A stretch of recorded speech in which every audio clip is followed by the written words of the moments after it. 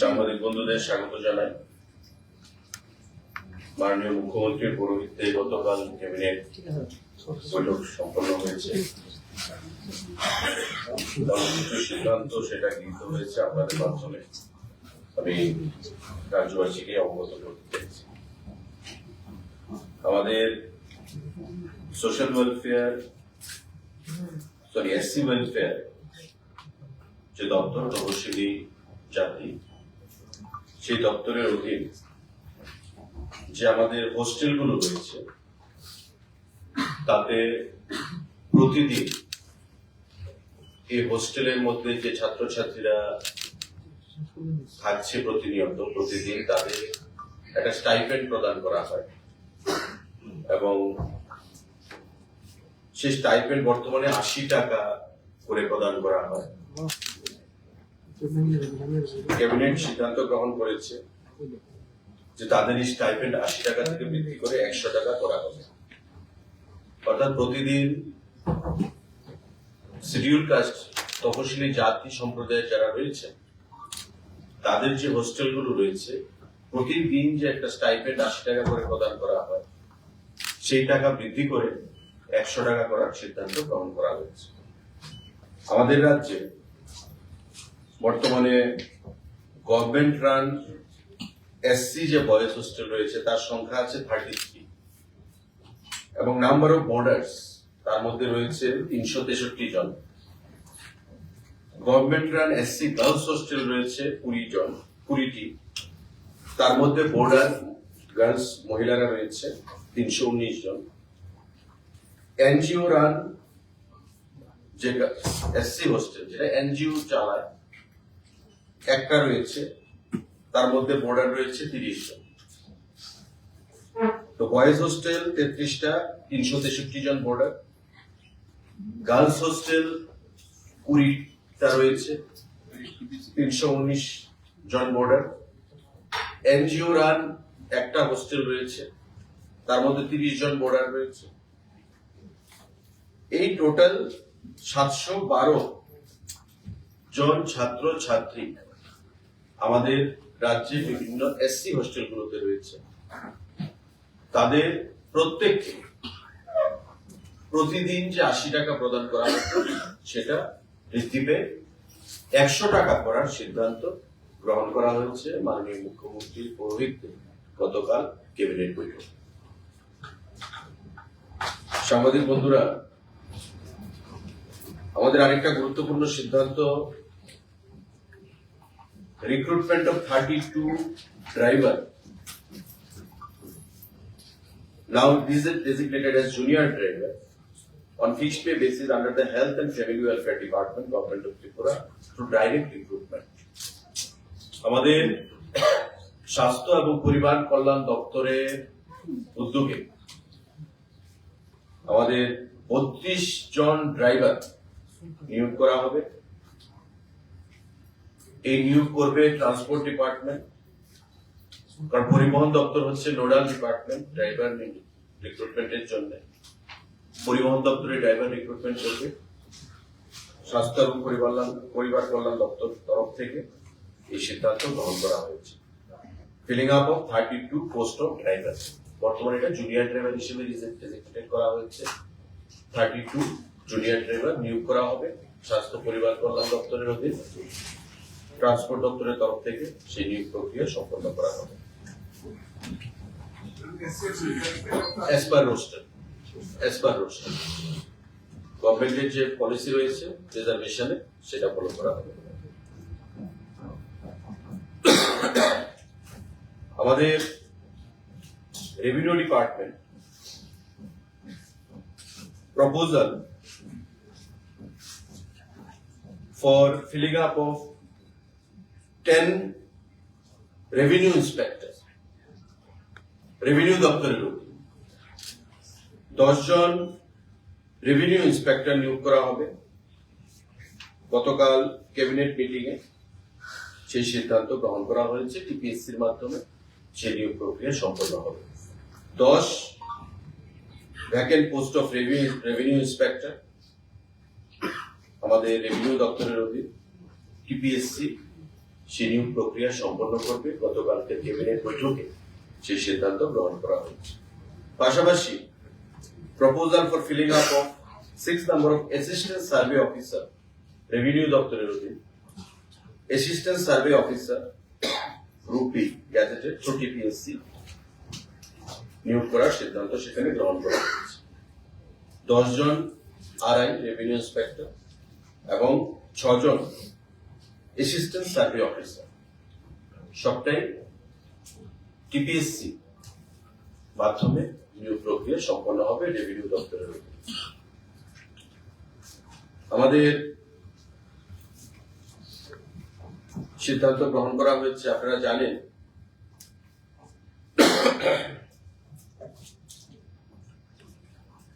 গত বছর সিদ্ধান্ত গ্রহণ করা হয়েছিল আমাদের বাজেটে যারা কম্পিটিটিভ এক্সাম দিতে চায় লাইক আইএস, আইপিএস, ইউপিএসসি যেগুলো কন্ডাক্ট করে থাকে, আমাদের SSC staff selection commission, CGL, আমাদের রেলওয়ে রিক্রুটমেন্ট বোর্ডের আরআরবিস, ব্যাংকিং, আইবিপিএস যেটা আমরা বলি ব্যাংকিং এর personal selection, IBPS, banking service recruitment যে বোর্ড, এই যে কম্পিটিটিভ এক্সাম গুলো সারা দেশব্যাপী সেগুলো সংগঠিত হয়ে থাকে। গত বাজেটে আমাদের সিদ্ধান্ত গ্রহণ করা হয়েছিল আমাদের বিভিন্ন জায়গায় যেমন উদয়পুর, আগরতলা, আমবাসা,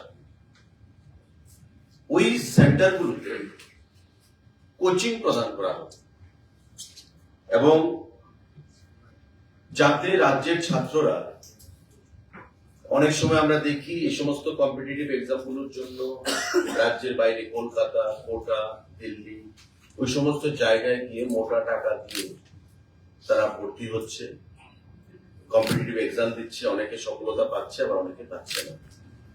তাই রাজ্য সরকার সিদ্ধান্ত গ্রহণ করেছিল যে আমরা আগরতলা, উদয়পুর এবং আমবাসাতে কোচিং সেন্টার আমরা করব এবং এই যে কোচিং সেন্টারগুলো, সেই কোচিং সেন্টারগুলোতে কোচিং প্রদান করা হবে আমাদের সরকারের তরফ থেকে। এবং এই যে সিদ্ধান্তটা, তার যে guideline for setting up of Tripura competitive examination coaching centre at Agartala, Udaipur and Ambassa to provide quality coaching for job aspirants preparing for different competitive examinations conducted by government agencies. আমি যে এজেন্সিগুলোর কথা বললাম, ইউপিএসসি, এসএসসি, আমাদের railway, banking, এই যে এজেন্সিগুলো যারা recruitment প্রক্রিয়া সম্পন্ন করার জন্য পরীক্ষা গ্রহণ করে, তাদেরকে আমরা কোচিং প্রদান করবো ছাত্রছাত্রীদের। তারই একটা গাইডলাইন আমরা গত ক্যাবিনেট মিটিং এর সিদ্ধান্ত হয়েছে। ছাত্রছাত্রীদের এলিজিবিলিটি কি থাকবে, কত পোস্ট আমাদের, আমরা কত ক্যাপাসিটি থাকবে এবং কারা কারা তার জন্য বিবেচিত হবে। আমাদের পশ্চিম জেলা যেমন আগরতলায় বীরচন্দ্র স্টেট সেন্ট্রাল লাইব্রেরি যে নিউ বিল্ডিং, সেখানে কোচিং সেন্টার নিউ মানে আমাদের কাজ পঠন পাঠন কাজ করবে। আমবাসাতে হবে GDC Ambassa at Ambassa, Dhalai, Tripura district. আমাদের নেতাজি সুভাষ মহাবিদ্যালয় এট উদয়পুর, গোমতী, ত্রিপুরা ডিস্ট্রিক্ট। এই জিডিসি মানে Gandachhara degree college, Gandachhara college না, একটা আমবাসাতে at Ambassa, Dhalai, Tripura district. Courses আমি বলছি, যেমন আগরতলাতে যেটা Birchandra state central library new building আগরতলাতে, এখানে কোর্স কি কি করানো হবে? Civil services exams conducted by the UPSC, অর্থাৎ আইএস, আইপিএস, এই যে প্রোগ্রামগুলো এগুলো কন্ডাক্ট করবে, এখানে পড়াশোনা করা হবে। ডিউরেশন অফ কোর্সেস কি? 12 মাস, মানে 1 বছর। hours of coaching class per week that need to be taken attended 20 hours. আমাদের আওয়ার্স টোটাল মানে 20 ঘন্টা ক্লাস করা হবে, 12 মাসের কোচিং থাকবে। সিভিল সার্ভিসেস এক্সাম যাগুলো ইউপিএসসি কন্ডাক্ট করে থাকে, এই কন্ডাক্ট পরীক্ষাগুলো কোচিং বীরচন্দ্র আমাদের স্টেট সেন্ট্রাল লাইব্রেরিতে সেখানে প্রদান করা হবে। আমাদের নেতাজি সুভাষ মহাবিদ্যালয় উদয়পুরে যেটা রয়েছে গোমতী জেলায়, সেখানে হবে staff selection commission SSC, RRBs মানে railway recruitment boards, institute of banking personal selection IBPS, এই প্রোগ্রামগুলো। ডিউরেশন অফ কোর্সেস থাকবে 6 মাসের এবং নাম্বার আওয়ার অফ ক্লাসেস যেটা হবে 24 আওয়ার্স ক্লাস পার উইক। আর আগেরটা যে 20 আওয়ার্স এটাও পার উইক। আমাদের আমবাসাতে জিডিসি, আমি নামটা আপনাদের জেনে বলবো, জিডিসি আমবাসা যে ধলাই, এখানেও হবে staff selection commission SSC, railway recruitment board, institute of banking personal selection IBPS. অর্থাৎ আমবাসা এবং উদয়পুরে আমাদের সিভিল সার্ভিস গুলো হবে না।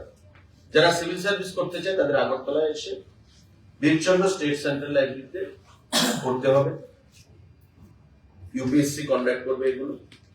আর যারা staff selection SSC, railway recruitment boards এবং institute of banking personal selection IBPS যারা দিতে চায় তাদেরকে আইদার উদয়পুরে অর আমবাসাতে সেখানে তাদেরকে গিয়ে ক্লাস করতে হবে। 6 মাসের কোর্স হবে এবং আমাদের 24 ঘন্টা পার উইক সেখানে ক্লাস সম্পন্ন হবে। এই 3টে সেন্টারে আমাদের কোচিং সেখানে সম্পন্ন হবে। Documents required to submit with application, আমাদের যে ডকুমেন্টস লাগবে, the following are the scanned documents of the beneficiaries to be enclosed at the time of applying. কি লাগবে?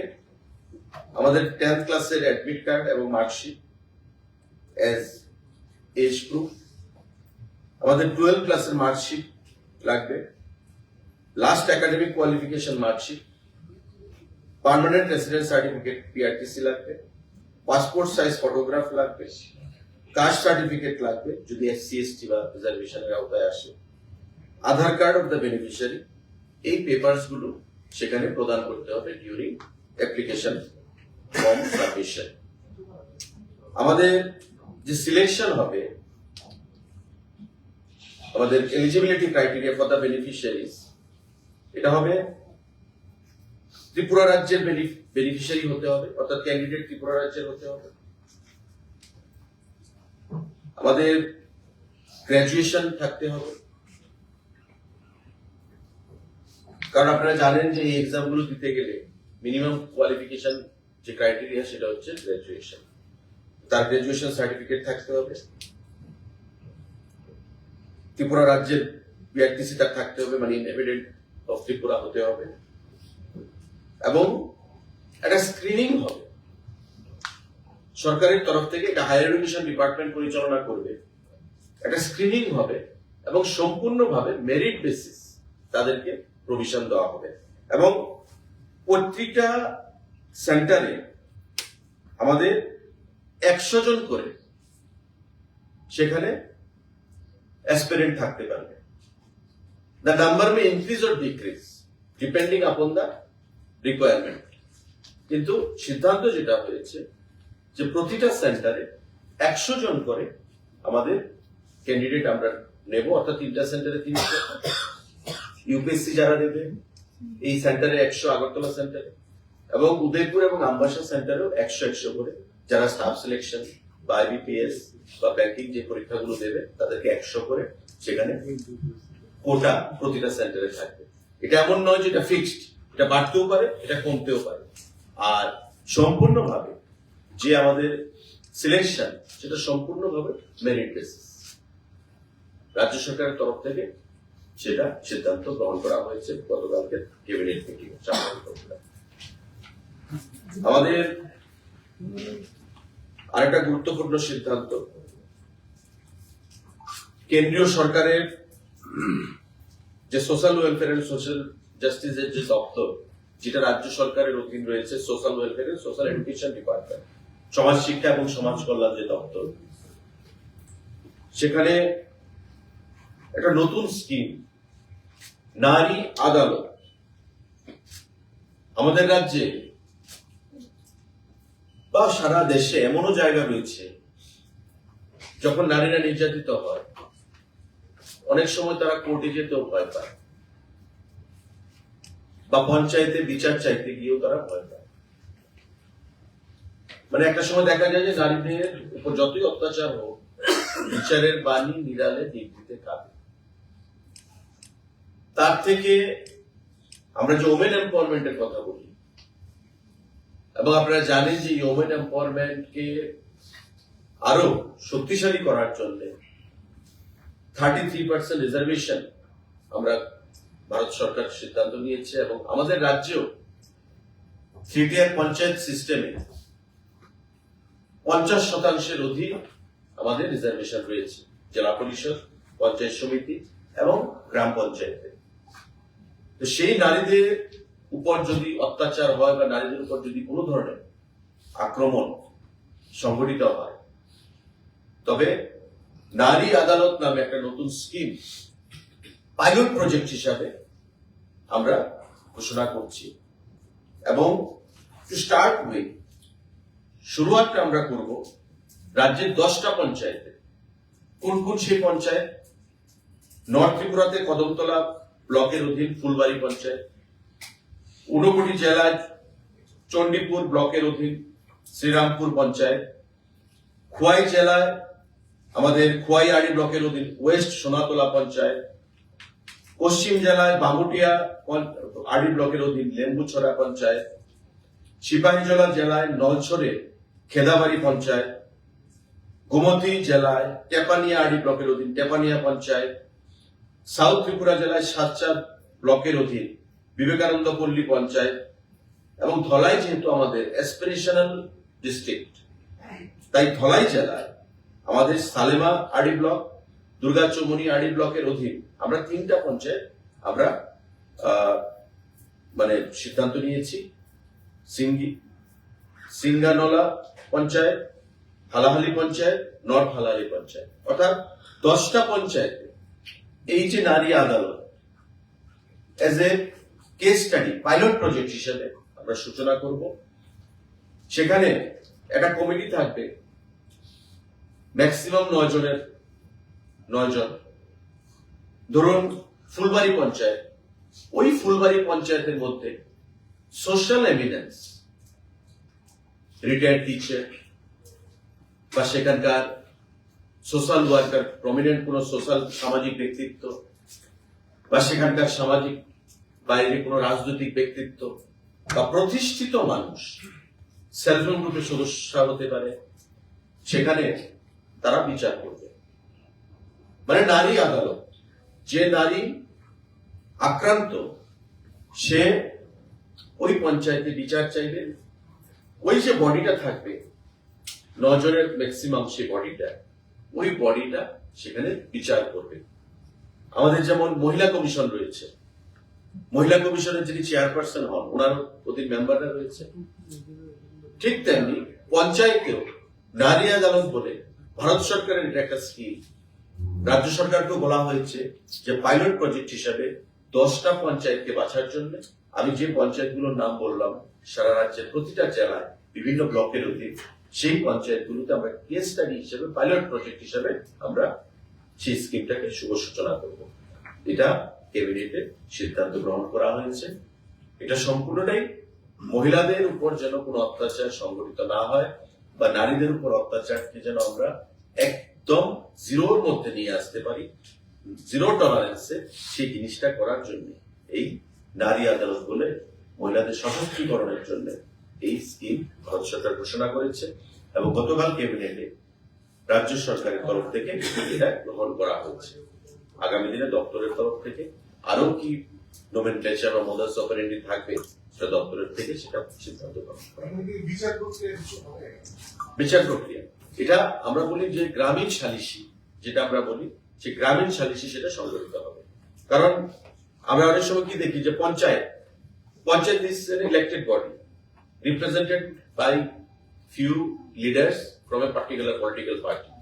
তো এখানে স্বাভাবিকভাবেই সালিসি যখন হয় তখন অনেকে বলে যে বায়াসনেস রয়েছে। তাই ভারত সরকার এটা করেছে যে যারা থাকবে তারা পলিটিক্যাল রিপ্রেজেন্টেটিভও থাকতে পারে, কিন্তু প্রেফারেবলি সোশ্যাল এমিনেন্স, যারা জুডিশিয়াস, যারা নিউট্রালিটি বজায় রাখবে এবং বিভিন্ন অ্যাঙ্গেল থেকে যারা গ্রামের প্রতিষ্ঠিত মানুষ, যাদের বিরুদ্ধে কেউ আঙুল তুলে কথা বলতে পারবে না যে তাকে কেন রাখা হয়েছে, ওই সমস্ত ব্যক্তিদেরকে সেখানে রাখা হবে এই সালিসিতে, এবং তারা বিচার করবে যাতে করে এই জিনিসগুলো আদালত বা পুলিশি ব্যবস্থাপনার মধ্যে বেশি না করা। গ্রামীণ মানুষের একদিকে মহিলাদের, অনেক সময় মহিলারা যখন নির্যাতিত হয় পুলিশের কাছে জবানবন্দি করতে বা কোর্টে যেতে ওরা একটু লজ্জা বোধ করে। তো সেই জিনিসটাকে মাথায় রেখে এই সিদ্ধান্ত গ্রহণ করেছে ভারত সরকার এবং গতকালকে ক্যাবিনেট সেটাকে গ্রহণ করেছে। আপনাদের যদি কোনো কষ্ট থাকে কোচিং সেন্টারগুলি কবে থেকে চালু হচ্ছে এবং এই সেশন থেকে আমাদের চালু হবে। আমাদের রেজাল্ট আউটের পর যখন সেশনটা শুরু হবে তখন থেকে চালু হবে। আর কোচিং সেন্টার নিয়ে আমাদের একটা প্রশ্ন আছে। আমাদের স্টেট গভর্নমেন্ট তো বাইরে যারা কোচিং নেয়, আইএস আইপিএস, তাদের আমরা একটা টাকা দেয় স্টেট গভর্নমেন্ট, ওইগুলি কি চালু থাকবে? আর এখানে রাজ্যে যাওয়া হয় এইগুলি বহন করবে?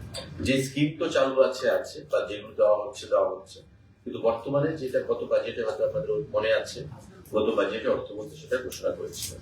তো সেটাই আমরা বাস্তবায়নের জন্য 3টে কোচিং সেন্টার আমরা করলাম। দোজ হু আর ইন্টারেস্টেড, যে বাইরে না গিয়ে আমরা করতে চাই, আমরা সেখানে করব। কোচিং ফি লাগবে? একটা প্রসেস সেখানে থাকবে এবং বিনামূল্যে সেটা ইয়ে করা হবে। স্যার, আমার দুইটা উদয়পুরের আগরতলার যারা এসএসসি পরীক্ষা বা আরআরবি দেবে, আগরতলার করে সে কোচিং নেবে, তাহলে উদয়পুর যেতে হবে। উদয়পুর আবাসন উদয়পুর বা আবাসন। স্যার, দুইটা প্রশ্ন ছিল। যারা প্রতিনিয়ত আন্দোলন করছে, যারা বেকার যুবক-যুবতীরা, একটা আছে ট্যাগ আর একটা হচ্ছে পুলিশের এক্সিকিউটিভ পদে, তাদের জন্য কি কোনো রকম এখানে আলোচনা হয়েছে ক্যাবিনেটে তাদের নিয়োগের ব্যাপারে? আরেকটা প্রশ্ন, প্রতিদিন 2 দিন আগে আপনি বাংলাদেশের হাই কমিশনের সাথে আপনি দেখা করেছেন, ত্রিপুরার যে রেল যোগাযোগটা এটা কবে নাগাদ কলকাতা থেকে বাংলাদেশের কবে থেকে শুরু হবে, এরকম কোনো প্রস্তাব এসেছে? দেখুন, বাংলাদেশের অ্যাসিস্ট্যান্ট হাই কমিশনার গতকাল আমার অফিসে এসেছিলেন, অ্যাপয়েন্টমেন্ট নিয়ে এসেছিলেন, এবং এটা সৌজন্যমূলক সাক্ষাৎকার বলতে পারবে। বিভিন্ন বিষয় আলোচনায় উঠে এসছে এবং আমরা যেমন আশাবাদী, উনিও আশাবাদী। উনি বাংলাদেশ সরকারের প্রতিনিধি ত্রিপুরা রাজ্যে, পরিষ্কার ভাষায় উনি আশা ব্যক্ত করেছেন যে আগামী দিনে আমাদের ভারত বাংলার যে মৈত্রী, ভারত সরকার, আমাদের প্রধানমন্ত্রী, আমাদের মুখ্যমন্ত্রী, আমরা যেটা চাইছি যে দ্বিপাক্ষিক সম্পর্ককে আরো উন্নত করতে, ব্যবসা বাণিজ্য সংস্কৃতি আদান প্রদানের মাধ্যমে উনিও সেই জিনিসটাতে জোর দিয়েছেন। রেলের বিষয়টা দুদেশের সরকারের উপর নির্ভর করবে। মাত্র সরকার গঠন হয়েছে, বিগত 4-5 দিন আগে সরকারের শপথ গ্রহণ অনুষ্ঠানও হয়েছে। তো স্বাভাবিকভাবেই সরকারের এখন প্রায়োরিটি থাকবে যে বিগত সরকারের যে উন্নয়নমূলক কাজগুলো আছে সেটাকে ত্বরান্বিত করে সামনের দিকে এগিয়ে নিয়ে যাওয়া, এবং ভারতবর্ষের সরকারও আমরা সেই জিনিসটাই চাইছি। স্বাভাবিকভাবে সময়ের উপর আমাদের নির্ভর করতে হবে। আমরা আশাবাদী যে নতুন সরকার বাংলাদেশের ভারত সরকারের সঙ্গে সৌহার্দ্যপূর্ণ পরিবেশে কাজ করবে এবং দুদেশের সম্পর্ক যেটা বিগত দিনে ছিল, একটা ব্যবসা বাণিজ্য, বৈদেশিক পররাষ্ট্রনীতি, সমস্ত দিক থেকে সেই দিকটাকে আমরা পুনরায় ফিরে যেতে পারবো বা তার থেকে আরো ভালো হবে, বেটার হবে। আপনার যে প্রথম প্রশ্নটা টেট এবং স্পেশাল এক্সিকিউটিভ, সেটা সঠিক সময় এটা আমার এখতিয়ারে নয়, মাননীয় মুখ্যমন্ত্রীর এখতিয়ারে রয়েছে, এবং আমরা চাই যে প্রতিটা চাকরি যে আমরা প্রদান করব সেটা যেন সুরক্ষিত থাকে, প্রোটেক্টেড থাকে, ভবিষ্যতে যেন কোনো আইনি গ্যারাপনের মধ্যে কোনো চাকরিজীবীকে পড়তে না হয়। ত্রিপুরা রাজ্যে বিগত দিনে আমরা দেখেছি 10,323, বিগত দিনে আমরা দেখেছি অনেক কেস হাইকোর্ট, সুপ্রিম কোর্ট পর্যন্ত গড়িয়েছে।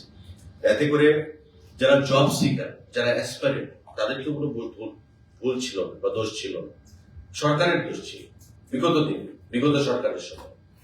তাই সেই জিনিসগুলো যেন পুনরাবৃত্তি না, আইনি যে দিকগুলো রয়েছে, টেকনিক্যাল যে ক্লজ রয়েছে, সেগুলো দূর করে আমরা চাকরি প্রদান বিগত দিনে করেছি এবং মাননীয় মুখ্যমন্ত্রীও চাইছেন এইগুলিও যেন আইনি যে দিকগুলো সেগুলো নজর রেখে যেন আমরা প্রদান করতে পারি।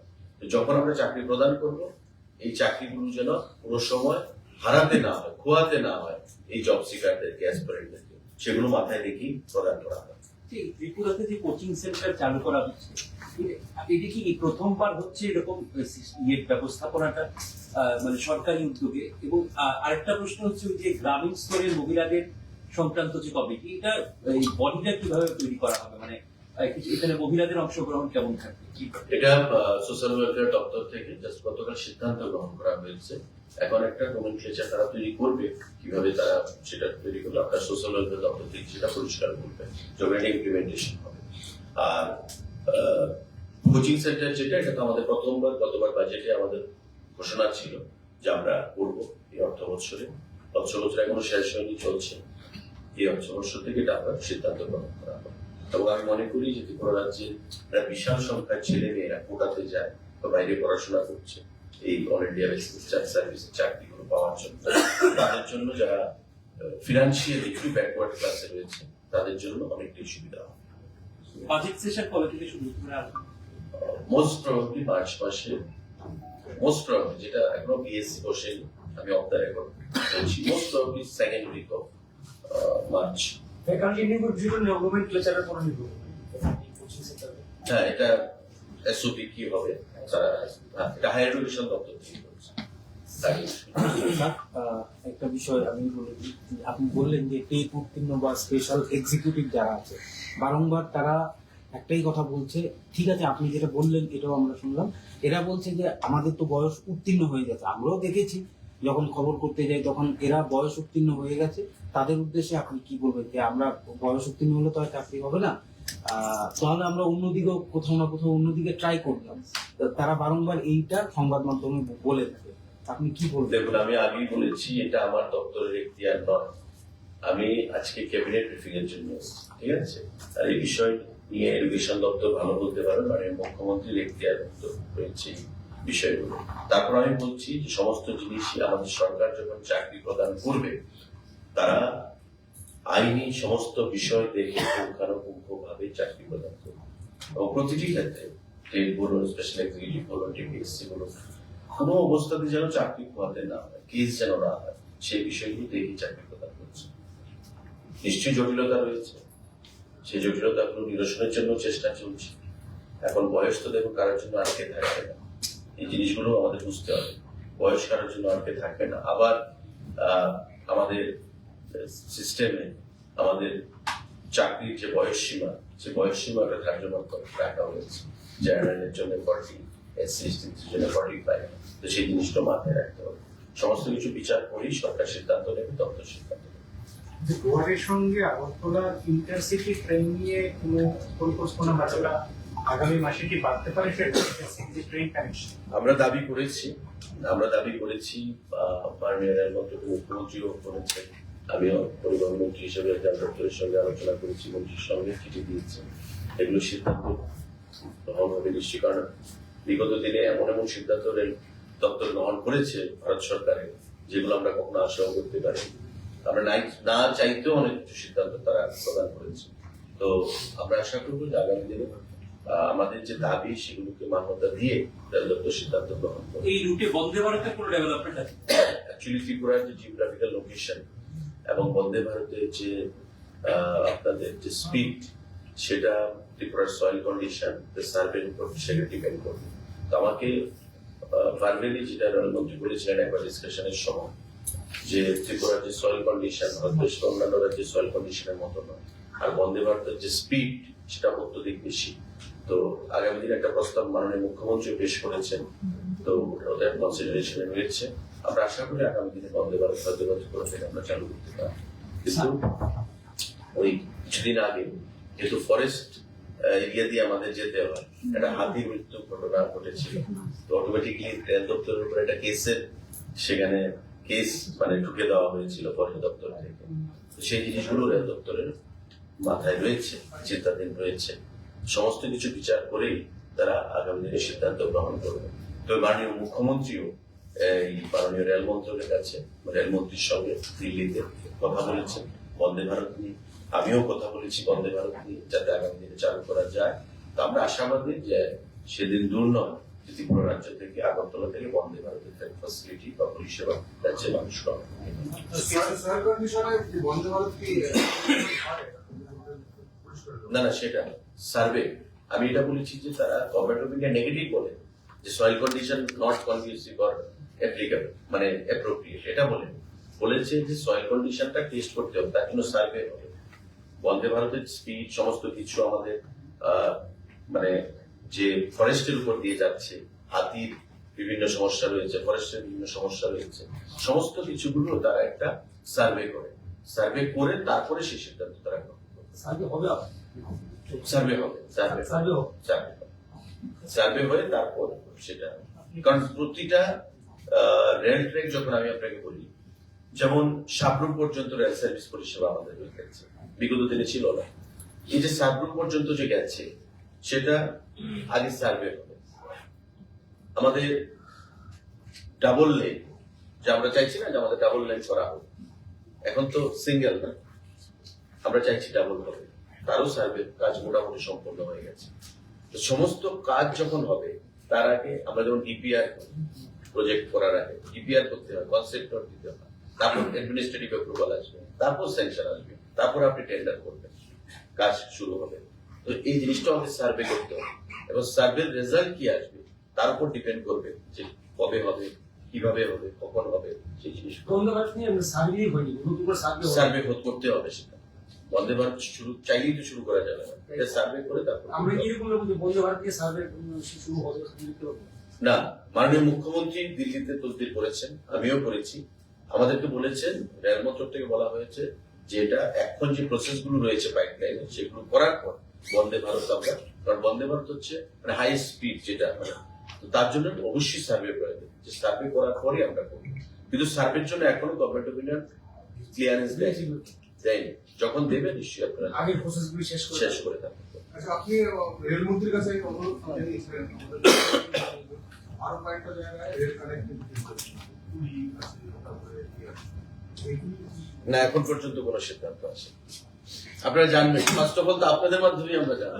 আপনি কিছুদিন আগে এয়ারপোর্ট অথরিটি অফিসিয়ালস তাদের সঙ্গে দেখা করেছেন, মাননীয় মুখ্যমন্ত্রীর সঙ্গে দেখা করেছেন, কৈলাসহরের যে এয়ারপোর্ট আছে আগামী কতদিন ধরে নিতে পারে সেটা ফুটফুলি যে রাজ্যবাসীর জন্য?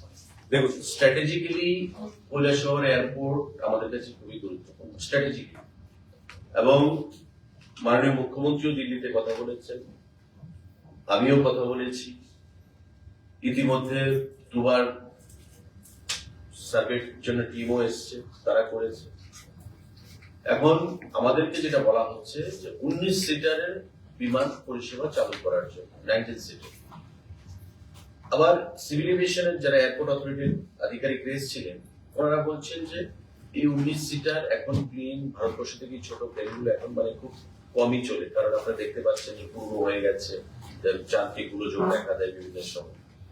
তাই ওনারা জোর দিচ্ছেন যে যাতে এখানে আমাদের এয়ারবাস বা বোয়িং এখানে যেন ল্যান্ড করতে পারে।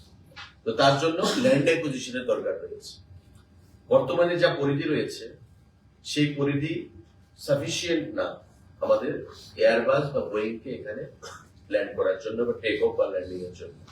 তাই ল্যান্ড অ্যাকুইজিশনের প্রয়োজন রয়েছে, এবং তাতে হিউজ টাকার দরকার, প্রায় 500 কোটি টাকার উপর দরকার।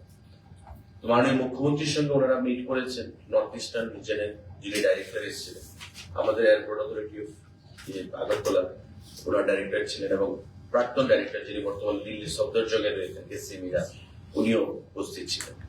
মাননীয় মুখ্যমন্ত্রী ওনাদেরকে একটা গাইডলাইন দিয়েছেন, এবং উনি যে গাইডলাইন দিয়েছেন সেই গাইডলাইনের উপর ওনারা কাজ করবেন, কাজ করে একটা রিপোর্ট দেবেন, তারপর মাননীয় মুখ্যমন্ত্রী দিল্লির সঙ্গে ব্যাপারটা নিয়ে আলোচনা করবেন এবং কৈলাসহর এয়ারপোর্ট নিয়ে সিদ্ধান্ত গ্রহণ করবেন।